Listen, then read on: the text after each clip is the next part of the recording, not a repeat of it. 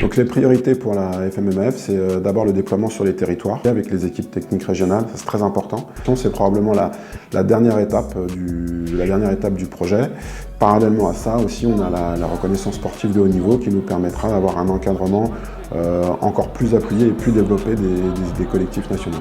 Aujourd'hui, on va arriver aux 10 000 licenciés, mais on a beaucoup plus de pratiquants et donc c'est d'avoir une conversion du pratiquant vers le licencié d'une manière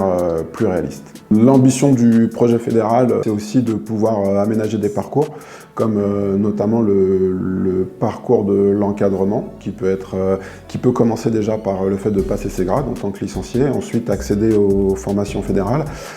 sur 3 niveaux, donc le brevet fédéral 1, le 2 et le 3. Dans le brevet fédéral 3, qui est celui de moniteur, les différents publics sont abordés, et donc ça va être l'encadrement du public féminin, du public jeune, du public en situation de handicap et du public compétiteur. Donc en fait,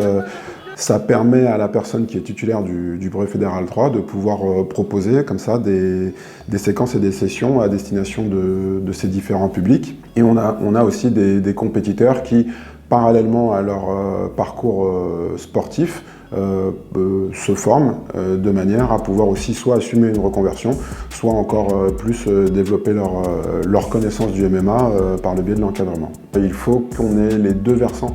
de la pièce qui fonctionne, c'est-à-dire aussi bien le volet formation que le volet compétition, et le projet il doit être équilibré entre ces deux éléments-là, de sorte à ne pas valoriser uniquement la compétition, mais aussi avoir un regard sur toutes les modalités de formation, puisque c'est la formation qui va assurer